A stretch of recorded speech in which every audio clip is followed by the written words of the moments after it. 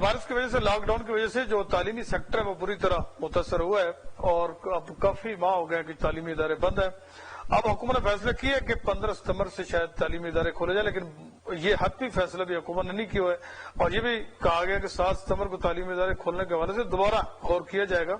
اب سوال یہ ہے کہ جب تمام کاروباری مراکز کھول دیے گئے ہیں، جم کھول دیے گئے ہیں، ہوٹل، ریسٹورانٹ اور سیاحتی مراکز، تو تعلیمی ادارے جو ہیں وہ کیوں بند ہیں؟ کیا حکومت کی ترجیحات میں تعلیم جو ہے وہ بالکل سرفرست نہیں ہے اور حکومت دانستہ اس شعبے کو نیگلیکٹ کر رہی ہے؟ جبکہ دوسری طرف جو private colleges and school association ہے، انہوں نے یہ اعلان کر رکھا ہے کہ 15 اگست سے ہر صورت جو تعلیمی ادارے میں کھولے جائیں گے۔ اسی صورتحال پہ گفتگو کے لیے ہمارے ساتھ شریک گفتگو ہے جناب ملک ابرار حسین صاحب، جو صدر All Pakistan Schools and Colleges Association. Malik صاحب خوش آمدید۔ یہ بتائیے گا کہ آپ کا یہ اٹل فیصلہ ہے جی کہ آپ 15 اگست سے تعلیمی ادارے کھولیں گے، اور حکومت کہہ رہی ہے کہ ہم 15 ستمبر سے کھولیں گے، تو یہ ڈیڈ لاک کی کیفیت جو ہے یہ کیسے ختم ہو سکتی ہے؟ وعلیکم السلام، بہت شکریہ جی اس اہم ایشو پہ آپ نے آن لائن لیا مجھے۔ گزارش یہ ہے کہ ہم وزیر تعلیم کو مل چکے ہیں۔ وفاقی وزیر تعلیم صاحب نے فرمایا تھا کہ میری بھرپور کوشش ہوگی کہ اگست کے مہینے میں کم از کم سینئر کلاسز کھول دی جائیں، کیونکہ ٹائم بہت گزر چکا ہے اور بچوں کا بہت نقصان ہو رہا ہے۔ اب میں گزارش کرنا چاہتا ہوں کہ دیکھیں، بازار کھل گئے ہیں، پارک کھل گئے ہیں، مساجد کھل گئی، مدارس کھل گئے ہیں، بچے گراؤنڈز میں جا رہے ہیں، پبلک ٹرانسپورٹس کھل گئی ہے، ٹرینیں، ہوائی جہاز، حتیٰ کہ سینما، سیاحتی مقامات، ہوٹلز، ریسٹورانٹ، جم اور شاپنگ مالز کھل گئے، یہاں تک کہ تھیٹر تک حکومت نے کھول دیے ہیں۔ اور یہ عجیب بات ہے کہ تعلیم کی کوئی اہمیت نہیں ہے، جبکہ دنیا بھر میں اس وائرس کی شرح بچوں میں نہ ہونے کے برابر ہے، اور پاکستان میں ایک کیس بھی آن دا ریکارڈ نہیں ہے۔ مجھے سمجھ نہیں آتی کہ تعلیم کو کیوں نہیں اہمیت دی جا رہی، یا تعلیم ہماری کسی ترجیح میں کیوں نہیں شامل۔ دیکھیں، مدارس بھی کھل گئے ہیں، اور قابل تعریف ہے مدارس والے کہ انہوں نے 5-6 لاکھ بچوں کے ایگزامز کنڈکٹ کیے ہیں اور ایس او پیز کو فالو کیا ہے، جبکہ ہم یہ چاہتے ہیں کہ تعلیمی ادارے کھولے جائیں، بچوں کا ہم ایس او پیز پہ عمل کریں گے، اور اسکولوں سے بہتر تو ایس او پیز کہیں پہ بھی فالو نہیں کی جا سکتی۔ بچے ہماری ٹیچرز کی باتیں مانتے ہیں اور بڑی اچھی طرح اس چیز کو فالو کر سکتے ہیں۔ آپ یہ دیکھیں کہ تعلیمی ادارے مارچ کے مہینے سے پورے پاکستان میں بند ہیں، یعنی ستمبر تک 6، 6.5، 7 مہینے گزر جائیں گے، آدھے سے زائد سال گزر جائے گا۔ اور جو ہمارے سرد مقامات ہیں، پہاڑی علاقے، وہاں پہ دسمبر سے بند ہیں۔ ستمبر کا مہینہ اگر گزر جاتا ہے یا ستمبر میں کھلتے ہیں تو ہمارے پاس 3 مہینے باقی بچتے ہیں ان علاقوں کے لیے۔ بچوں کا تعلیمی سیشن کسی طرح بھی مکمل کرنا ناممکن ہوگا۔ آلریڈی ہمارے تعلیمی بورڈ نے جو فیصلہ کیا ہے کہ آپ کے جو 10th میں بچے نے پیپر دینے، اتنے جتنے 10ویں میں بچہ نمبر لے گا اتنی ہی اس کے 9ویں کے نمبر بھی کنسیڈر ہوں گے، جتنے وہ 2nd ایئر میں نمبر لے گا اتنی اس کے 1st ایئر کے نمبر کنسیڈر ہوں گے۔ تو جب بچوں کو پڑھنے کے لیے ملے گی 3-4 مہینے، تو مجھے یہ بتایا جائے کہ وہ بچہ جس نے 1000 نمبر لینا تھا وہ تو 500 نمبر بھی نہیں لے سکے گا۔ تو بچوں کے اوپر یہ ظلم اور زیادتی نہیں ہونی چاہیے۔